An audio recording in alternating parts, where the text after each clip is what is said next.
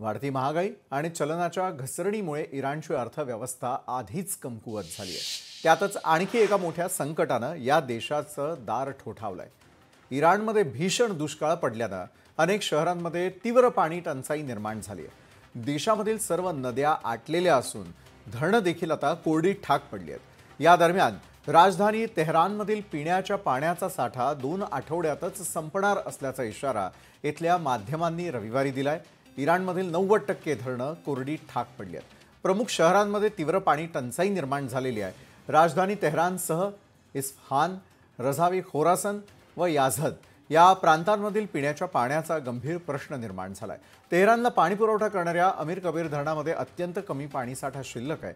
पाणीपुरवठा विभागाचे प्रमुख बेहजाद पारसा यांनी IRNA या वृत्तसंस्थेला सांगितलंय की या धरणामध्ये आता केवळ 14 दशलक्ष घनमीटर पाणी शिल्लक आहे, जो त्याच्या एकूण क्षमतेच्या 8% इतकाच पाणीसाठा।